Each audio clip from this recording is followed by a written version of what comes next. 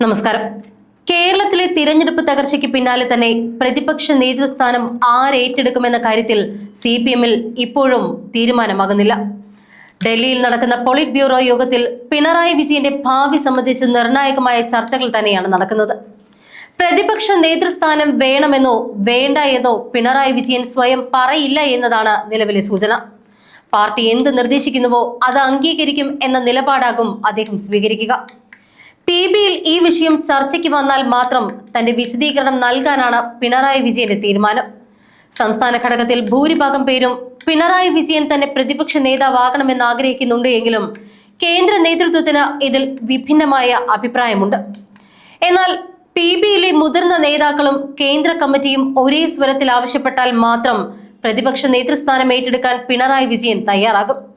താൻ ഒഴിഞ്ഞു മാറുന്നു എന്ന തോന്നൽ അണികൾക്കിടയിൽ ഉണ്ടാകാതിരിക്കാനും അതേസമയം പാർട്ടി അച്ചടക്കം പാലിക്കുന്നുവെന്ന് കാണിക്കാനുമാണ് ഈ തന്ത്രപരമായ മൗനം.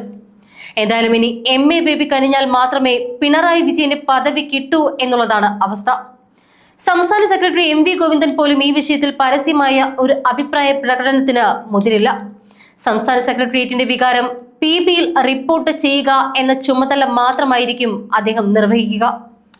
പിണറായി മാറണം എന്ന നിലപാട് കേന്ദ്ര നേതൃത്വം കടുപ്പിക്കുകയാണ് എങ്കിൽ അതിനെ എതിർത്തുകൊണ്ട് ഒരു പരസ്യമായ ഏറ്റുമുട്ടലിന് ഗോവിന്ദൻ തയ്യാറാകില്ല.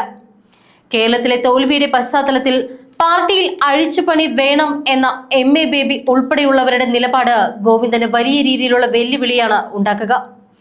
തന്നെ മുഖ്യമന്ത്രി സ്ഥാനാർത്ഥിയായി പിണറായി വിജയൻ ഉയർത്തിക്കാട്ടാതിരുന്ന ജനറൽ സെക്രട്ടറി MA ബേബിയുടെ നിലപാട് ഇപ്പോൾ പ്രസക്തമാവുകയാണ്.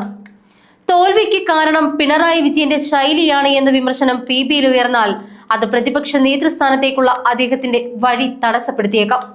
കേന്ദ്ര നേതൃത്വം ഒരു മാറ്റം ആഗ്രഹിക്കുന്നുണ്ട് എങ്കിൽ പിണറായി വിജയന് വഴിമാറി കൊടുക്കേണ്ടതായി വരും. എന്നാൽ എല്ലാവരും ചേർന്ന് നിർബന്ധിച്ചാൽ താൻ ഉത്തരവാദിത്വം ഏറ്റെടുക്കാം എന്ന സന്നദ്ധത പിണറായി വിജയൻ അറിയിച്ചിട്ടുണ്ട്. പ്രതിപക്ഷ ഉപനേതൃസ്ഥാനത്തിനായി CPI അവകാശവാദം ഉന്നയിക്കുന്നത് CPM-നെ സമ്മർദ്ദത്തിലാക്കുന്നുണ്ട്. ബിനോയ് വിശ്വത്തിന്റെ നേതൃത്വത്തിൽ CPI കടുത്ത നിലപാട് സ്വീകരിക്കുന്നത് പ്രതിപക്ഷ നേതൃസ്ഥാനം നിശ്ചയിക്കുന്നതിലും സ്വാധീനം ചെലുത്തും.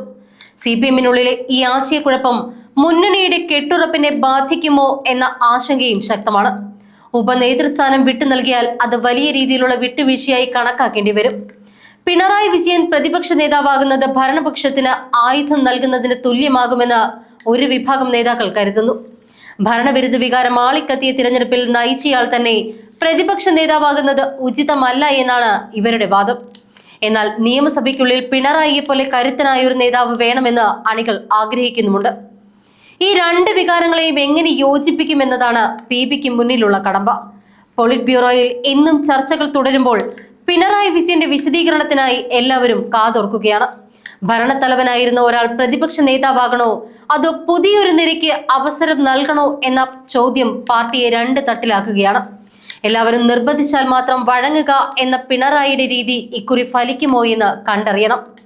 പിണറായി വിജയന്റെ ശൈലിക്കെതിരെ സംസ്ഥാനത്തുയർന്ന ജനവികാരം PB കൃത്യമായി തന്നെ വിലയിരുത്തുന്നുണ്ട്. അമിതമായ അധികാര കേന്ദ്രീകരണം പാർട്ടിക്ക് ദോഷം ചെയ്തു എന്ന ആക്ഷേപവും ശക്തമാണ്. ഇത്തരം സാഹചര്യത്തിൽ പിണറായി വിജയനെ തന്നെ വീണ്ടും താക്കോൽ സ്ഥാനത്തിരുത്തുന്നത് ശരിയാകില്ല എന്ന വാദത്തിന് PBയിൽ മുൻതൂക്കം ലഭിക്കുകയാണ് എങ്കിൽ ക്ലൈമാക്സ് മാറും. മൗനം കൊണ്ട് പ്രതിരോധം തീർക്കുന്ന പിണറായിയും ഗോവിന്ദനും കേന്ദ്രത്തിന്റെ അന്തിമ തീരുമാനത്തിനായി കാത്തിരിക്കുകയാണ്. കേരളത്തിലെ തോൽവിയിൽ ഇന്നും ചർച്ചകൾ തുടരുമ്പോൾ ഓരോ നേതാവിന്റെയും നിലപാടുകൾ നിർണായകമാണ്. സമവായത്തിലൂടെ ഒരു തീരുമാനത്തിലെത്താനാണ് ജനറൽ സെക്രട്ടറി MA ബേബി ശ്രമിക്കുന്നത്. പിണറായി വിജയൻ സ്വയം ഒഴിഞ്ഞു പോകാൻ തയ്യാറാകാത്തിടത്തോളം കാലം അദ്ദേഹത്തെ മാറ്റുക എന്നത് പാർട്ടിക്ക് വലിയൊരു രാഷ്ട്രീയ വെല്ലുവിളിയാകും. സഭയ്ക്കുള്ളിൽ ആര് നയിക്കണമെന്ന കാര്യത്തിൽ ഉടൻ തന്നെ തീരുമാനമുണ്ടായേ മതിയാകൂ.